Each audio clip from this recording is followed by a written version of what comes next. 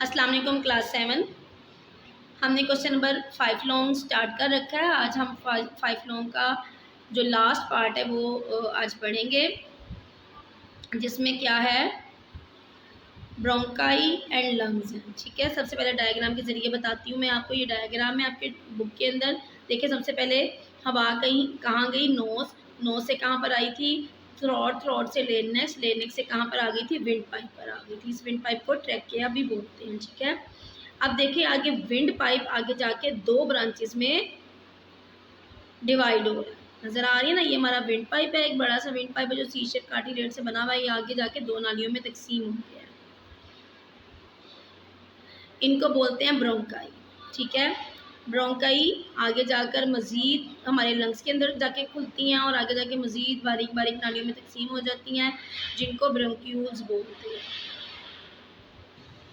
Reading start करते हैं और यहाँ से आपका लास्ट पार्ट है क्वेश्चन नंबर 5 लॉन्ग के आंसर का। The trachea divided into 2 branches. ठीक है, कार्ड ब्रोंकाई। ट्रैकिया आगे क्या हुआ? दो शाखों में तकसीम हो रहा है, जिन्हें ब्रोंकाई कहते हैं। ये देखें स्टूडेंट, डायग्राम के ज़रिए मैं आपको प्रोमिनेंट करके दिखाती हूँ। नज़र आ रही है आपको डायग्राम? ये देखें, ये हमारी विंड पाइप जिसे ट्रैकिया बोलते हैं, ये आगे जाके दो ब्रांचेस में डिवाइड हो गई। एक हमारे लेफ्ट साइड के लंग में और एक हमारी राइट साइड के लंग में जा रही है। ठीक है, यानी ट्रैकिया आगे डिवाइड हुआ दो पार्ट्स में। ठीक है, जो हमारे लंग्स के अंदर जाके खुल रही हैं, ये जो दो पार्ट्स में डिवाइड हुआ है हमारा ट्रैकिया, इसको क्या बोलते हैं? इसको ब्रोंकाई बोलते हैं। ठीक है, bronchi. Bronchi carry air into the lungs. अब ये ब्रोंकाई क्या करती है? ये ब्रोंकाई हवा को, विंड पाइप को, हवा को कहाँ लेके जा रही है? हमारे लंग्स के अंदर लेके जा रही है। Are lungs are the most important organ of the respiratory system. हमारे जो लंग्स हैं वो हमारे रेस्पिरेटरी सिस्टम का सबसे अहम हिस्सा है। In each lung the bronchus divided into smaller tubes called bronchioles. अब कहता है कि हर लंग्स के अंदर जाकर, तो हमारे दो लंग्स हैं ना, आपको पता है ना, तमाम इंसानों के दो लंग्स होते हैं सांस लेने के लिए। कहता है जब ये ब्रोंकाई लंग्स के अंदर जाती है तो ये मज़ीद बारीक बारीक नालियों में तकसीम होती है। ये बारीक बारीक नालियाँ क्या कहलाती हैं? ये बारीक बारीक नालियाँ ब्रोंक्यूल्स कहलाती हैं। ये देखें, ये हमारी ट्रेकिया। ठीक है, हमारा विंड पाइप ट्रेकिया आगे दो नालियों में डिवाइड हुआ, दो नालियों में, जिनको ब्रोंकाई कहते हैं। ब्रोंकाई आगे हमारे लंग्स के अंदर, ये लंग्स के अंदर का हिस्सा दिखाया गया है। लंग्स के अंदर जाके ब्रोंकाई और मज़ीद नालियों में तकसीम हो रहे हैं, मज़ीद डिवाइड हो रहे हैं, और इन मज़ीद डिवाइड वाली ट्यूब्स को क्या बोलते हैं?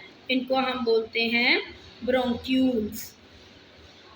Okay student, at the end of each bronchiole tiny air sacs called alveoli are present. अब कहता है हर ब्रोंक्यूल्स के एंड के ऊपर छोटी छोटी क्या होती हैं? एयर सैक्स, हवा की थैलियाँ होती हैं। ये देख रहे हो आप, ये हमारी क्या है? ये हमारी ब्रोंक्यूल्स हैं। इन ब्रोंक्यूल्स के जो एंड होता है ना, ये जो आखिर होता है, यहाँ पर क्या होती हैं? छोटी छोटी इस तरह की हवा की थैलियाँ होती हैं, जिनको एयर सैक्स कहते हैं। ठीक है, ठीक है स्टूडेंट्स, इन हवा की थैलियों का नाम क्या है? Alveoli. Alveoli are surrounded by blood capillaries. अब ये देखिए, यहाँ पे आपको अपनी बुक की डायग्राम में भी नज़र आ रहा होगा, ये हमारे एल्वेओलाई हैं। एल्वेओलाई के बिल्कुल एंड पे ये बारीक बारीक को ब्लू और रेड कलर की जो है वेन्स नज़र आ रही हैं, इन्हें क्या बोलते हैं? इनको कैपिलरीज बोलते हैं। अब हमारी हर एल्वेओलाई के इर्द गिर्द क्या होती हैं? बारीक बारीक खून की नालियाँ होती हैं, जिनको कैपिलरीज कहते हैं। इन कैपिलरीज का काम क्या होता है? जब ऑक्सीजन यहाँ पर आती है ना हमारी एयर सैक्स के अंदर, तो जब हवा हमारी एयर सैक्स में आए तो यहाँ से ऑक्सीजन हमारे कैपिलरीज के जरिए हमारे खून में शामिल हो जाएगी, और कैपिलरीज से जो कार्बन डाइऑक्साइड है वो हमारे यहाँ एयर सैक्स में आ जाएगी। ठीक है, देखें, करते हैं आगे। व्हेन वी ब्रीथ इन, जब हम हवा अंदर लेके जाते हैं, जब हम सांस अंदर लेते हैं, the air enters the lungs, हवा कहाँ पे दाखिल हुई? हमारे लंग्स में दाखिल हुई, एंड रीच द एल्वेओलाई, और कहाँ पर पहुँच गई? एल्वेओलाई में पहुँच गई। Oxygen of the air passes through the walls of alveoli into the capillaries, और ऑक्सीजन क्या होगी? इन एल्वियोलाई से कहाँ पर आ जाएगी, मुंतकिल हो जाएगी हमारी कैपिलरीज के अंदर। ठीक है स्टूडेंट, यहाँ तक आपके क्वेश्चन नंबर 5 का आंसर है, यहाँ तक आपने इसको याद करना है। आगे मैं आपको रीडिंग करवा रही हूँ।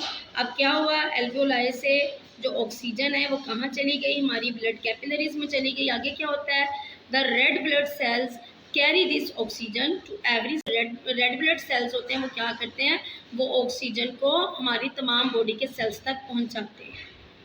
Sales in our body use oxygen and food to produce energy. अब सेल क्या करते हैं, इस ऑक्सीजन को इस्तेमाल करते हैं, ठीक है, फूड के साथ फूड की ऑक्सीडेशन करते हैं और क्या पैदा करते हैं, एनर्जी पैदा करते हैं और कार्बन डाइऑक्साइड पैदा होती है, जिसने आपने पहले भी पढ़ा था।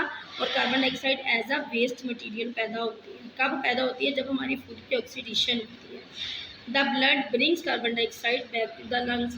अब क्या होता है, यही वाला ब्लड जो है क्या करता है, जो कार्बन डाइऑक्साइड है वापस हमारे लंग्स में लेकर आता है। जब हम सांस को बाहर निकालते हैं, सांस को बाहर निकालने का मतलब है हम कार्बन डाइऑक्साइड सांस के ज़रिए से बाहर निकाल देते हैं। Carbon dioxide leaves our body. Carbon dioxide हमारी बॉडी से निकलती है व्हेन वी ब्रीथ आउट, जब हम सांस बाहर निकालते हैं। ठीक है, इस तरह हमारा जो है सांस लेने का पूरा अमल मुकम्मल होता है।